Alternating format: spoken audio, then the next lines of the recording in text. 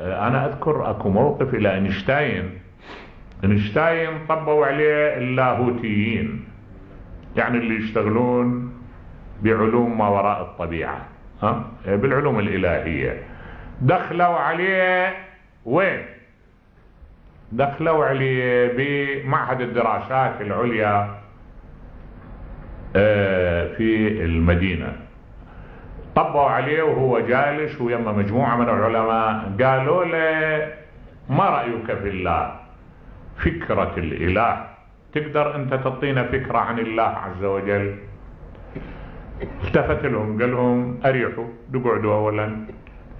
قال لهم: أنا لو كنت موفق لاختراع جهاز، لو أقدر أحصل لي على جهاز، هذا الجهاز به قابلية أن يلتقط لي صوت بعض الكائنات الحية، يعني الفيروس صغير هو قدر حجمه، قال 1/100 مليون من السنتيمتر المكعب.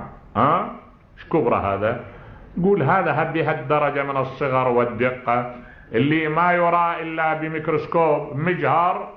هذا لو واقف على شعرة واحد إنسان، شعرة من شعراته واقف عليها هالميكروب الصغير، يقول أنا لو عندي جهاز يلتقط صوته وأسئله لهذا الميكروب، أقول له: أين تجد نفسك؟ أنت وين تشوف روحك واقف؟ كان قال لي: أنا واقف على شجرة أصلها ثابت وفرعها بالسماء. يعني شجرة عظيمة بالقياس إلى حجمه، لأن حجمه هذا الحجم الصغير الدقيق. الشعرة عندش كبرى، والإنسان عندش كبرى. فلو سألته كان قال لي: أنا واقف على شجرة سامقة بالسماء.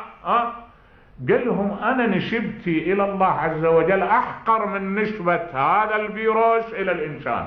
أنا تطلبون مني أنا أعرف الله عز وجل؟ وين أقدر أنا أعرفه؟ نعم أعرفه عن طريق آثاره.